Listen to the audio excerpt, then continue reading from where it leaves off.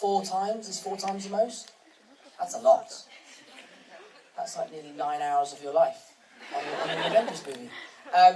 But no, like I said before, it's a movie that has, as you can see by the credits as well, has employed thousands of people, and thousands of hours have gone into making this one of the biggest films of all time, and we're all very proud of it at Marvel, and yeah, I'd love to hear what you think, so please ask away. Just shoot your hand up and I'll in the middle. I feel like this one, Thanos had like a really big storyline, and I don't feel Marvel have done that for any of their villains. Say air quotes, please, villains. Right. So I'm just wondering how you feel about that. Do you feel like this was great timing for Marvel to do that with their films, to introduce more of a storyline for that guy? Yeah, I definitely think that was a decision made, because superhero films are often about the superheroes and very rarely about the villains. And because there's so many superheroes in this film, it's quite difficult to give everyone their own arc throughout the story. So by focusing on the villain, you get to learn about a new character while also having essentially just a group of extras. It's amazing. I mean, Marvel have basically got Robert Downey Jr. as an extra in this movie, which has never been done before. So it just means that they get to explore a new character and also reason with him. I know what he's trying to do is absolutely barbaric and crazy, but because he has such a strong way of convincing people, you kind of, I don't want to say see where he's coming from because it's terrible, but you sort of understand him. Yeah, the scene where, yeah, you've all seen the film, of course you can. The scene where he kills Gamora, for me, is really emotional. Really, really emotional. And Josh Brolin, working with him was so much fun. Firstly, because it's just weird working with someone who has a pole coming out the back of his head with a picture of Thanos 3 feet above him. And then you have to learn, because you spend your whole life learning when someone's talking to you, you look them in the eye, and you have a conversation. And now all of a sudden you have to abandon that and look at a cardboard cutout of a purple monster and try and ignore Josh Brolin's incredibly scary voice. Yeah, so that was definitely something to get used to. Are there any characters from the Spider-Man universe that you want to see appear in future films? Like a villain or a side? I can't. I'm under strict instruction to not even dive into that conversation right now. Sorry. How about over there? People, yes, it is true. But if you think about it, all I said was, I don't want to go, I don't want to go, I don't want to go 3 times. So it wasn't that amazing. But it's working with someone like Downey, he is the king of improvising. One of my improvised lines in the film is when Downey's like, we're here without backup. And I go, I'm backup. And I thought that was a great line and threw it in. And then Downey immediately came back with an even funnier line. So it's like, for me, I feel like I'm playing tennis with Djokovic. And then when you've got Benedict and Robert working together, I feel like a ball boy to Federer and Djokovic. Yeah, no, it's a pretty special experience to see 2 people from very different backgrounds, very different careers, working on par with each other. Yeah, so improvising is a massive part of these films.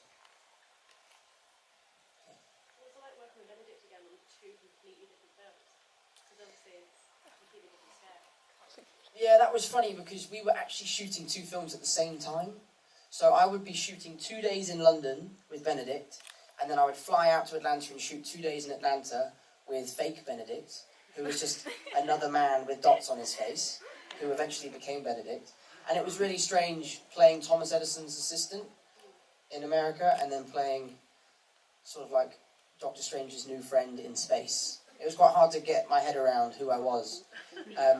But yeah, so that it was. I love Benedict. Benedict and I have been good friends now for a couple of years, and he's great. He's a great guy to work with. Is Spider-Man trapped in Soul Stone? Next question. I don't know the answer to that question. I honestly have no idea. After I saw the film, that was the first time I'd seen it, knew anything about it. While making this film, I didn't even read a script, I had no idea what the film was about. So I was pestering Kevin Feige for answers, and he wouldn't tell me anything. For reasons like this, because I do Q&As and I give away everything. How about over here? Spider-Man with one of the characters that survived, who would you switch with? Now that's a dark question. Who would I switch Spider-Man with? Yeah. Again, next question. I don't know. It's quite hard to... Who's still here? Who didn't die? No, I'd have to think about that one. Let me come back to you on that one. Here in the middle. Yeah. How much of Titan is actually real, and how much of it is just kind of like blue stuff that you're jumping around? No, we actually went to Titan. It's a great place. It was a really nice time of year to go. No, it was amazing. They built a set on 2 different stages, and it was the hardest set I've ever had to work on because there's rocks everywhere, there's debris, there's broken spaceships, and I remember Benedict Cumberbatch walking on set for the first time in his cape, and he got it stuck on a rock and just tumbled like you can't believe. The amount of crew and cast members that fell over on that set was insane. And because my suit is predominantly made out of Velcro, because it's a CGI suit, I would come home and just be covered in sand because all the sand would stick to me. But yeah, the majority of it was blue screen, which is sometimes so difficult. Like, imagine a moon is flying down from the sky, crashing everywhere. I'm like, okay, let's just figure that out. But yeah, so it was a sort of combination of the two. How about over here?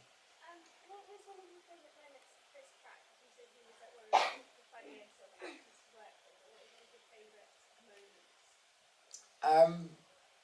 Or any other actor? I love working with Chris, because like Robert, Chris is also a master at sort of improvising. And I often wonder where he comes up with some of the stuff he comes out with. I mean, there's a scene that's actually not in the film, so I'm not going to talk about it because there's probably a laser on my head right now. But he just would make me laugh so much. Even the way he introduced himself when I first met him, it wasn't particularly funny, but I don't know what it was, it just made me laugh. So a lot of the times I sort of kept ruining all the takes. They're like, Tom, can you just shut up, please? Yeah, no, I just found him so unbelievably funny. And he's also one of the nicest guys you could possibly meet. He's so nice and grounded and down to earth and just brings such a positive energy to such a crazy world, you know. How about over here? How would you say you get into character for sad season? Like, how do you find it? Do you know what's funny? When I was shooting that scene, I didn't actually really kind of understand what was going on until the Russos told me that day. And because, for me, being an Avenger, or being in an Avengers film, is such a dream come true, I was having the time of my life on this film, you know, so I don't ever remember it being that emotional. And then when I watched the film, I was so taken aback because I just remember having so much fun. But for me, when I do a sad scene like that, I just listen to really sad music. And just sit on my own and think about sad things. It's really sad. How about over here? First of all, thank you for putting this on for all of us. Oh no, thank you guys. You guys made it happen. Do you think you deserve your reputation for exposing spoilers? I challenged a journalist the other day to actually dig up everything that I've spoiled, because I don't think I've spoiled that much. Not as much as Mark Ruffalo.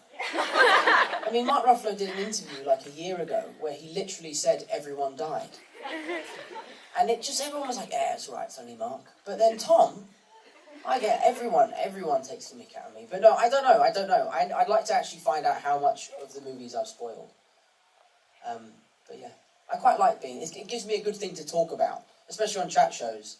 It gives me a lot of good stories to talk about. Tell me, yeah. So did you cry after you watched the film? And what's the favorite part of this film? I didn't cry the first time because I was so stressed watching it. I hadn't seen anything from the film until watching it at the premiere. And because I hadn't read it, and I was making 2 films at the same time, I'd never been in a process where I didn't really know what was going on. And as an actor, it's very important that you map out the arc of your character, so you know where your character's been, where he's trying to go, and where he'll end up. And I hadn't done any of that. because I didn't know anything about the film. So I was a little worried that my character wasn't going to make sense.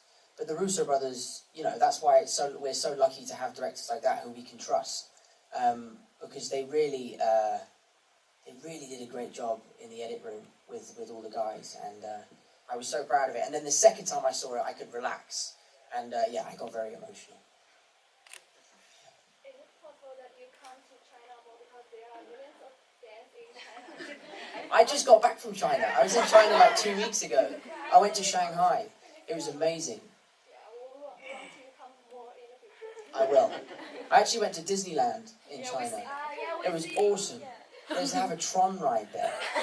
Yeah, we see that picture in the Tron ride. Yeah, I didn't really know what was happening. I ended up sitting next to Mark Ruffalo on a motorbike, zooming through Disneyland. It was amazing. How about you? Obviously in the film, Spider-Man becomes an Avenger. So do you feel like the expectations to live up to that didn't change how you played the role? For me, I thought that if I maintained a level of innocence and almost had Spider-Man enjoying everything that's happening in this film, when the tragic thing at the end happens, it hits the audience even harder. Because I think he sort of underestimates the threat, And I thought that was a very sort of kid-like thing to do. Kids sort of run into things without thinking. I say that, I'm still a kid, I do that all the time. So I just wanted to make sure that it was evident that Peter Parker was having fun and was enjoying himself until the stakes really sort of hit him and he realised what sort of danger he was in. But him being an Avenger, he's always been capable of being an Avenger, he's always been sort of skillful enough. So, I didn't really do anything too differently. You know what I mean? We don't know that Harrison, your best buddy, was with you all the time during Homecoming, but we didn't see him much in this movie's promoting, so I wonder if that's a particular reason that he got another job, or... He's right here. No, because there were so many Avengers on this film, we weren't given as many tickets. So, unfortunately, I couldn't bring Harrison this time around. But no. You probably... Isn't he on the bus? Yeah. He is on the bus, yeah. Yeah. I remember when he was on the bus filming, and there's a shot in the film that actually that didn't make the cut, did it? That long thing, and we have this joke called finding the lens. You always have to find the lens wherever you are in a scene. And I remember I was off camera and he was on camera, and I kept saying, "Find the lens, Harrison." And he was like, "Shut up, Tom." How about? Oh, yeah. The hardest scene to film for me. What was the hardest scene to film? Do you know what? The scene where Robert and Chris are talking about the plan to try and figure out how to defeat Thanos. That scene was so much longer on the day, and I couldn't hear anything. And I only have little tiny lines that sort of come in and out every now and then. So I just found it really difficult to make sure I didn't miss my lines. So I was just always listening. If you watch the film again and look in the background, I'm just sort of like, okay, what exactly is it that they do? But yeah, that for me was probably the hardest scene to film. Who was your favourite actor to work with on the set? It'd have to be Downey, I've learned so much from him, and he's so funny. And from Civil War to Homecoming to this, we've become really, really good friends. And it's just, he's the OG, he's the godfather of the whole thing. And it's amazing to ask him questions about Iron Man 1, and did you ever expect to be here? And the answer is, I don't think he did. But no, he's just a really great guy, and he's amazing to be around and watch him work. His whole process is amazing. In the middle. Yeah, you bud, yeah. Yeah. What was it like when changing from Spider-Man costume to the Iron Spider? Much comfier. It was, because the Iron Spider suit doesn't exist. It's basically a mocap suit, which is essentially pajamas, really. They're like these grey pajamas which are Velcro, and they put these balls all over them which glow. And Mark Ruffalo and I wear the same thing, and we call ourselves the Christmas trees, because when the lights go down, we glow like Christmas trees. Granny and Granddad. But yeah, so it was weird for me because everyone's on set and they all look so cool in their costumes, and you just look like an idiot.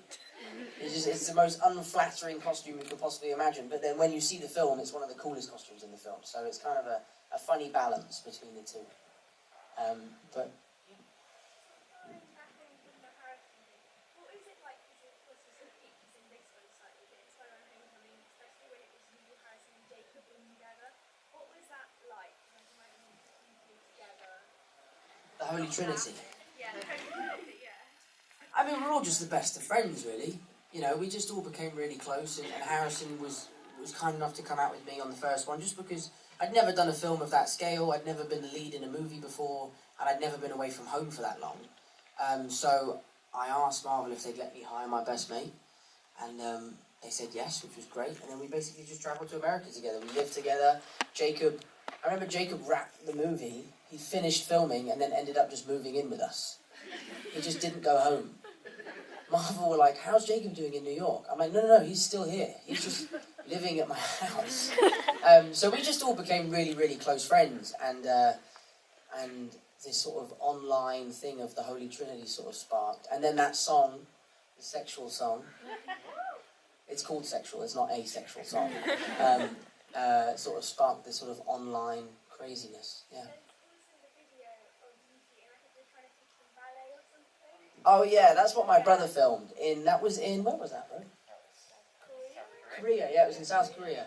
That was, we actually got kicked out of that studio. Because how were we kicked out? Didn't want us doing ballet in there. We were just killing it too much, we were too good. But yeah, no, we had a lot, when Harrison, Jacob and I get together, it's always a lot of fun. How about over here? Did you actually not know that you were going to die until the end?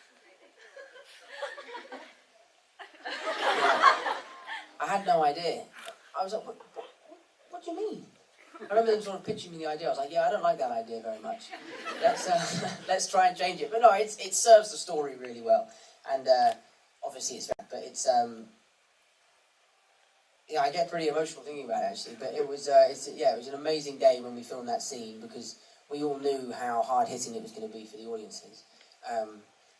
Yeah, that was a pretty crazy day. It's weird walking on set, like, so what are we filming today? And they're like, your death scene. Like, what? How about up here?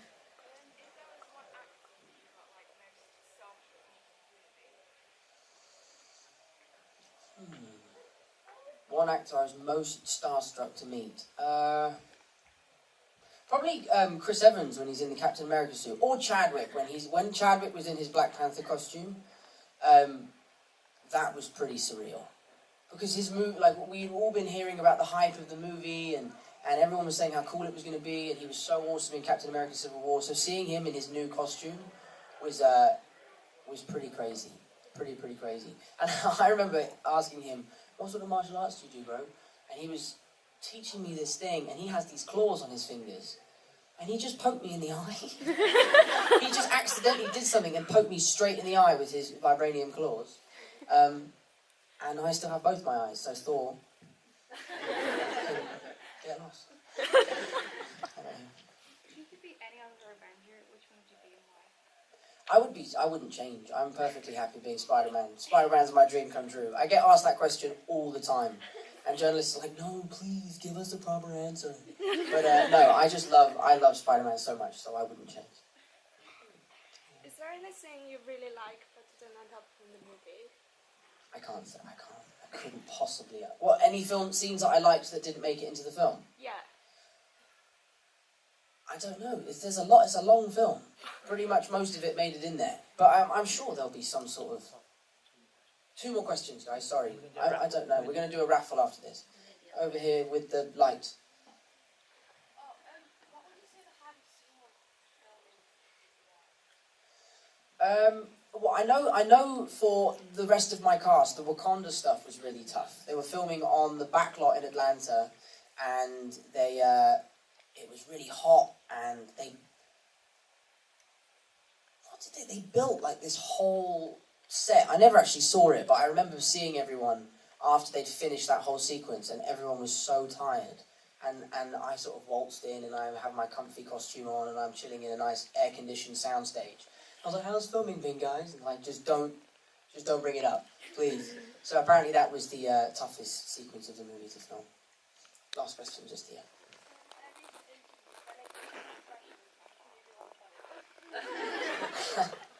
Can I do an impression of Benedict? No. Sorry.